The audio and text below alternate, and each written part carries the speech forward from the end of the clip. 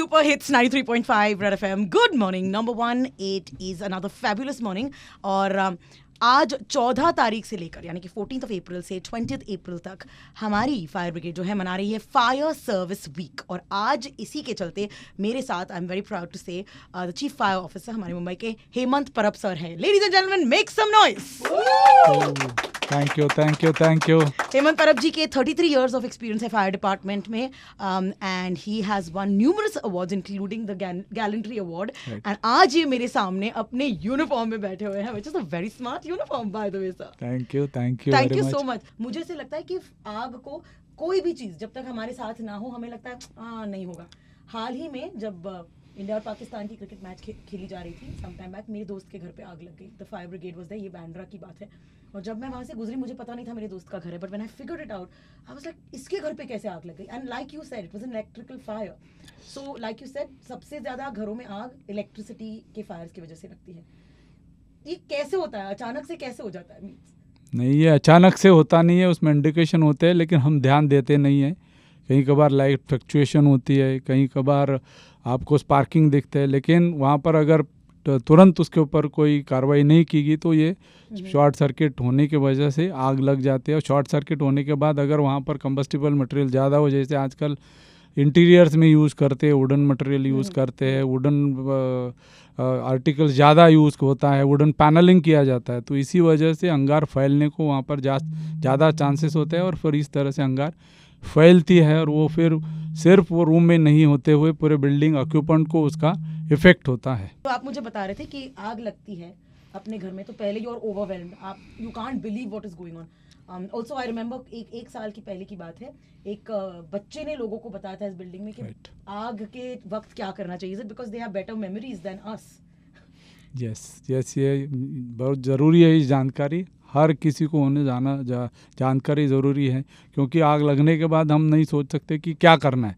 तो उसके पहले ही अगर हमें पता हो कि अगर अंगार लगी तो हमें क्या करना है, तो इसी वजह से हमारे यहाँ पर भी हम फायर वॉलेंटियर्स करके हम अग्नि रक्षक का एक हम लोग सेशन लेते हैं सैटरडे या संडे, जैसे लोगों को वो अवेलेबल उनको कन्वीनियंट हो उस हिसाब से। और हमारा कमांड सेंटर वहाँ पर हम आधे दिन का ट्रेनिंग देते ताकि लोगों को पता चले अगर अंगार लगी तो क्या करना है, या फिर अंगार नहीं लगने के लिए अंगार लगे ही नहीं, ये सिचुएशन कैसे हम रख सकते हैं कि अंगार लगे ही नहीं, लेकिन लगने के बाद भी एक्सटिंग्विशर अगर हो तो उसे कैसे यूज़ करना है।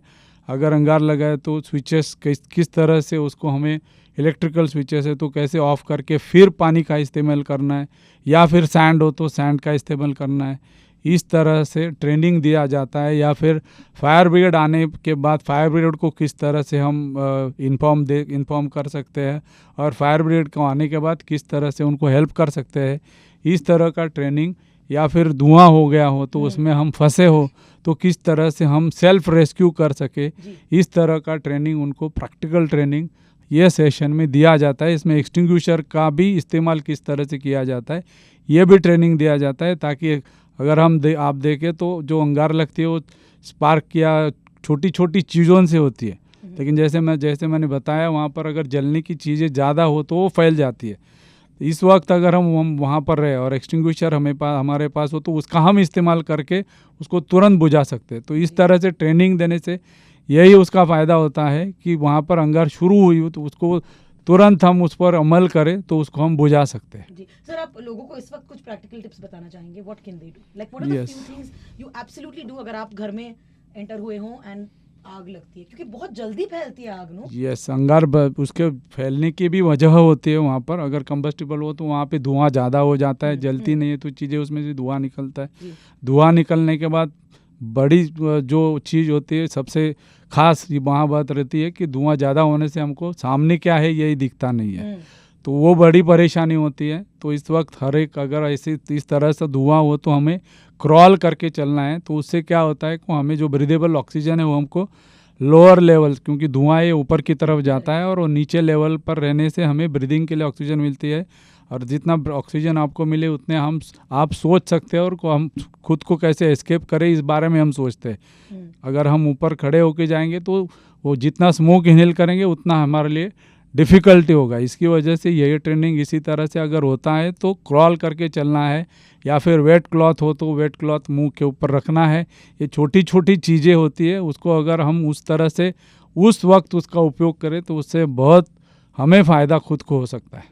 So once again I want to remind you, and ये मैं जनता से पूछना चाहूँगी because everyone knows the number 100 police का नंबर है। Can you tell me what is the fire brigade का नंबर? ऑलराइट, आप मुझे फ़ोन करके ज़रूर बताइएगा। In the meanwhile I come right back with some. Yes, it is 101 number है। ये 101 का यही मकसद यही है, कुछ भी काम करे तो 101% वो सही होना चाहिए। Yes. बस उसी तरह से ये नंबर है कि जो भी काम करे वो 101% परफेक्ट होना जी। ज़रूरी है, इसीलिए ये नंबर 101 है। इस बार आपके फायर सर्विस वीक का थीम भी है आग से मत खेल, and there are a lot of events happening around it between the 14th and the 20th। क्या आप इसके बारे में हमें बताना चाहेंगे? ज़रूर, ये पूरा जो वीक होगा यहाँ पर हम पूरे अवेयरनेस के लिए, लोगों के अवेयरनेस के लिए, जैसे हमने बताया कि आग से मत खेल, इसका कैंपेन हम इसीलिए कर रहे हैं कि बड़ा फिल्मी सा डायलॉग है सर। यस, सबके दिमाग में जहन में बैठ जाएगा आग से नहीं खेलने का, वैसा वाला आग से मत खेल। What is it? Yes yes, यही है, उसमें मैसेज हम देना चाहते हैं लोगों को कि अगर वायर अगर सही इस्तेमाल नहीं करे तो उससे आग लग सकती है। तो इसी वजह से कि आग से मत खेल, अगर गैस यूज़ करते हैं उसको अगर सही बंद नहीं किया, जब काम कर रहे हो उसके काम के बाद बंद नहीं किया तो आग से मत खेल, उससे आग लगने की चांसेस हो सकते हैं। इसमें यह भी थीम है उसमें कि आग से मत फल, ये सवाल है तेरे अपनों का। आग से मत खेल, ये सवाल है तेरे अपनों का। ये भी हम मैसेज देना चाहते हैं। इसका रीज़न यही है कि लोगों को आग से होने वाली परेशानी है, आग लगने के बाद जो परेशानी होती है, जो प्रॉपर्टी लॉस होता है, जो ह्यूमन लॉस होता है जिसको हम वापस नहीं ला सकते, इसको अवॉइड करना, उसके ऊपर अमल करना हर एक की जिम्मेदारी है। इसलिए हम यही कहते हैं कि ये जॉइंट एफर्ट है। फायर फाइटिंग करना मेरा काम है, लेकिन प्रिवेंशन की बात होती है तो ये fire safety is a joint responsibility. तो हमारा यही सिविलियंस, हमारे जो सिटीजन्स, उनसे हमारा यही कहना होगा कि ये प्रिवेंशन का काम है, हम मिल के करें। प्रिवेंशन के लिए जो भी ज़रूरत है वो हम आपको बताएंगे, ये टिप्स हम आपको देंगे। उसी तरह से अगर हम रहेंगे तो पूरी मुंबई हम फायर सेफ कर सकते हैं। सो नो योर ब्रिगेड के तहत आई सपोज हम अपने फायर ब्रिगेड को करीबी से जानते हैं, the things that they do. You have 35 fire stations, I believe. Right, यार 35 फायर स्टेशन है। हमारे यही मकसद है नो योर फायर ब्रिगेड का, कि लोग फायर ब्रिगेड स्टेशन पे आए। हम जो एरिया में रहते हैं वहाँ पर कौन सा फायर स्टेशन है वहाँ पर जाए, वो लोग वहीं पर जाए। वहाँ जाने के बाद फायर स्टेशन में इक्विपमेंट क्या क्या है, जैसे मैंने बताया कि कन्वेंशनल फायर इंजन आप देखते हो, लेकिन इक्विपमेंट क्या क्या यूज़ होता है फायर ग्राउंड पर। हर एक इक्विपमेंट, कटिंग टूल से लेके लिफ्टिंग टूल्स, इस तरह के इक्विपमेंट फायर इंजन में होते हैं। पंप होता है उसमें, तो किस तरह से काम करते हैं ये हम लोगों को बताएंगे। फायर ग्राउंड पे फायर ब्रिगेड एक्चुअल कैसे काम करता है, किस तरह से अंगार बुझाने में वो इक्विपमेंट का यूज़ करते हैं, ये सब हम लोगों को भी बताना चाहते हैं। उसके साथ ही पूरे ब्रिगेड में वो जो फायर स्टेशन में जाएंगे वो फायर स्टेशन में क्या इक्विपमेंट ये बताएंगे, लेकिन हमारा मकसद ये है कि ब्रिगेड की पूरी जानकारी वो स्टेशन पे जाने के बाद उनको मिले। तो इसीलिए हम उनको ये भी बताएंगे ब्रिगेड में क्या क्या इक्विपमेंट है, ब्रिगेड में किस तरह से व्हीकल है, कि ब्रिगेड क्या, जो हमारे पास 90 मीटर है तो 90 मीटर लैडर है तो वहाँ कौन से फ्लोर तक पहुँच सकती है। तो ये सब जानकारी हम लोगों को देना चाहते हैं, इसीलिए हमने ये कैंपेन रखा है, नो योर ब्रिगेड। आज मुंबई को मैं फायर सेफ बना के रहूंगी एज योर मुंबई की रानी। Now the thing is what we can also do is do a visit. Sir, आपके स्टेशन में आना ठीक है क्या, जहां पर आप हैं? यस, कोई भी फायर स्टेशन पे मैं जा लेके आऊंगी ना, सकते हैं। जहां पर आप हैं हम वहीं पे आ जाएंगे। Yes. मतलब मुझे पता है फिर चाय पानी का इंतजाम तो हो ही जाएगा। Yes, you are most welcome. So I am going to get us a couple of callers जो आपसे Yes. सवाल पूछना चाहते हैं। इन द मीन टाइम अगर आप भी मुंबई से कोई सवाल पूछना चाहते हैं जो आपको लगता है उनको जानना अत्यंत जरूरी है और इसका जवाब अगर वो दे पाए, then you get to come with us to the fire station. मैं लेके जाऊंगी। मैं बोलिए सर। नहीं, ऐसा सवाल ऐसे इस बारे में ये तो ज़रूर कहूँगा कि मेरा यही, हमारा सबका मकसद यही रहेगा कि प्रिवेंशन हम किस तरह से करें, प्रिवेंशन के लिए हम क्या क्या कर सकते हैं।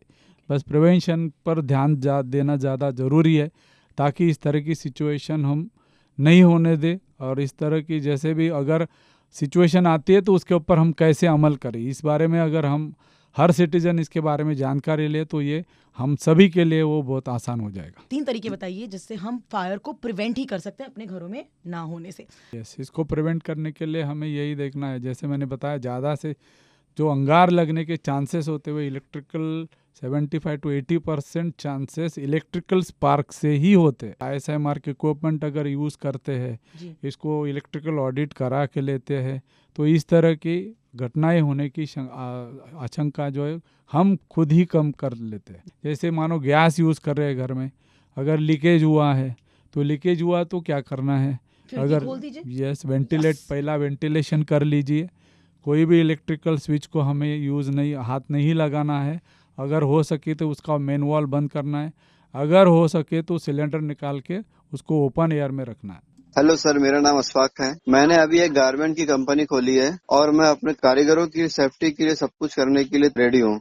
मेरे कारखाने में 50 से ज्यादा लोग हैं सर। मुझे ये जानना है कि क्या मुझे फायर ड्रिल करवानी चाहिए और मैं कैसे ये ड्रिल करवा सकता हूँ। यस, यहाँ पर इतने अगर लोग काम करते हैं तो फायर ड्रिल होनी ज़रूरी है, लेकिन ये सिर्फ ऑफिस के लिए ही नहीं है, आपके पूरे बिल्डिंग के लिए ज़रूरी है।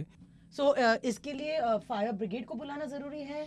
नहीं, इसके लिए फायर ब्रिगेड को बुलाना ज़रूरी नहीं है, लेकिन आपको अगर इसकी जानकारी चाहिए तो एक बार आप उसको विज़िट करके, जैसे मैंने बताया आपको नो योर ब्रिगेड हम चला रहे, वहाँ पर इसकी जानकारी आपको दी जा सकती है। Is there something equipment or anything that we need, or like I said, online?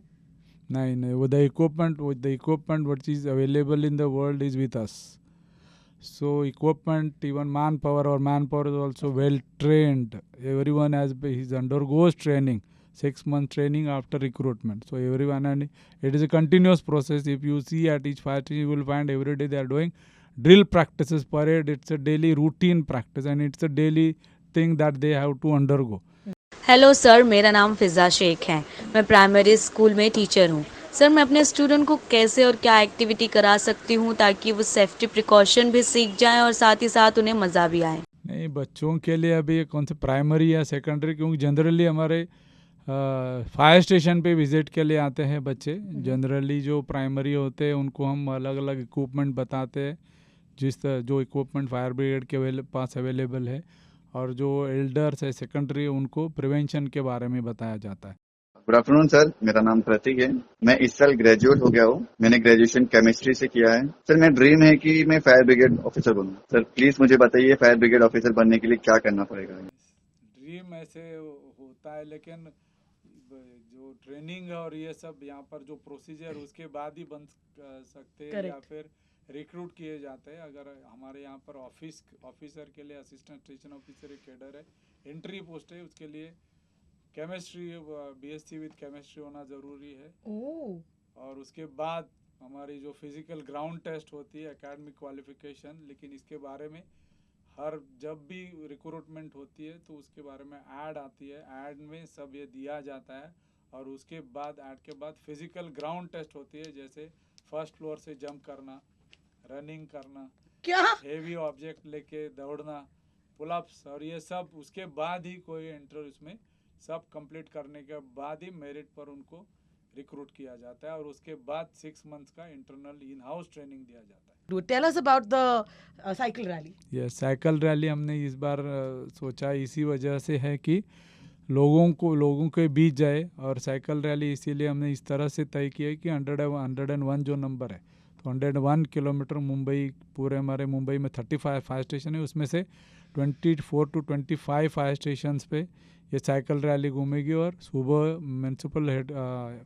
Municipal corporation of greater Mumbai MCGM का हेडक्वार्टर है CST, वहाँ से सुबह 7 बजे शुरू होगी, और शाम को हमारा हेडक्वार्टर फायर ब्रिगेड का वहाँ पर ये ख़त्म होगी।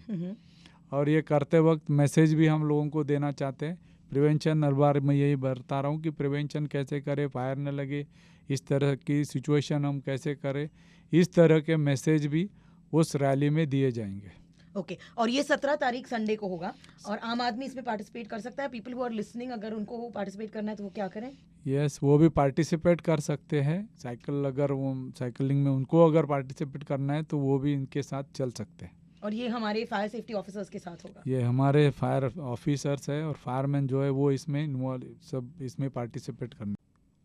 14 से 20 अप्रैल हम ऑब्जर्व कर रहे हैं फायर सर्विस वीक और मैं पूरे हफ्ते आपके साथ रहूँगा। बजाते रहो।